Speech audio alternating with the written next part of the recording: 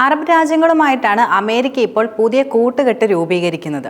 അമേരിക്കയുടെ ഈ കൂട്ടുകെട്ട് ഇസ്രയേലിന് തിരിച്ചടിയായെന്ന തരത്തിലുള്ള ചർച്ചകൾ ഇപ്പോൾ വലിയ രീതിയിൽ ശക്തമാവുകയാണ്. അമേരിക്കൻ പ്രസിഡന്റ് ഡൊണാൾഡ് ട്രംപിന്റെ മിഡിൽ ഈസ്റ്റ് സന്ദർശനം തുടങ്ങിയപ്പോൾ തന്നെ ഇസ്രയേലിനെതിരെ കാര്യങ്ങൾ തിരിയുമെന്ന തോന്നൽ ഇസ്രയേൽ പ്രധാനമന്ത്രി ബെഞ്ചമിൻ നെതന്യാഹുവിന് ഒരുപക്ഷെ ഉണ്ടായിരുന്നിരിക്കാം. Saudi Arabia, Qatar, United Arab Emirates എന്നിവിടങ്ങളിലെ ട്രംപിന്റെ സമീപകാല പര്യടനം യഥാർത്ഥത്തിൽ പശ്ചിമേഷ്യയിൽ ഒരു പുതിയ സുന്നി നേതൃത്വത്തിലുള്ള സഖ്യം ശക്തമാക്കിയതിനെ തുടർന്നാണ് ഏറ്റവും ശക്തമായ സഖ്യകക്ഷിയായ ഇസ്രയേലിനും പ്രധാനമന്ത്രി ബെഞ്ചമിൻ നെതന്യാഹുവിനെയും കൂടുതൽ പ്രതിസന്ധികൾ ഉണ്ടായിരിക്കുന്നതെന്ന് പറയാം. അറബ് രാജ്യങ്ങളുമായി ആയുധങ്ങൾ, ബിസിനസ്, സാങ്കേതിക വിദ്യ എന്നിവയുമായി ബന്ധപ്പെട്ട കരാറുകളാണ് അമേരിക്ക പ്രധാനമായിട്ടും ഒപ്പുവെച്ചിരിക്കുന്നത്.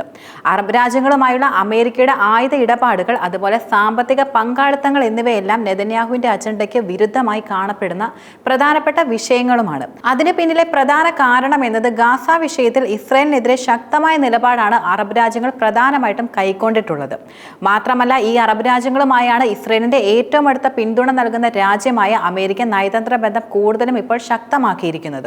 മാത്രമല്ല, ഇപ്പോൾ നെതന്യാഹുവിന് തിരിച്ചടിയായി ഇത് തന്നെയാണ് എത്തിയിരിക്കുന്നത്. ഈ സാഹചര്യത്തിനിടയിൽ സൗദി അറേബ്യയുടെ മധ്യസ്ഥതയിൽ സിറിയൻ ഭരണാധികാരി അൽഷാരയുമായി ട്രംപ് കൂടിക്കാഴ്ചയും നടത്തിയിരുന്നു.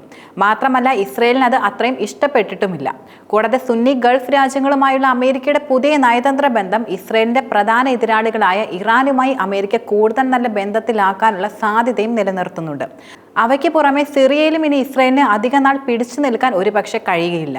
പശ്ചിമേഷ്യൻ അറബ് രാജ്യങ്ങളുമായുള്ള ട്രംപിന്റെ നയതന്ത്ര ബന്ധം ഇപ്പോൾ ഇസ്രയേലിന് പ്രതിസന്ധിയായി മാറിയെന്നാണ് നയതന്ത്രജ്ഞർ പ്രധാനമായിട്ടും ചൂണ്ടിക്കാണിക്കുന്ന കാര്യം.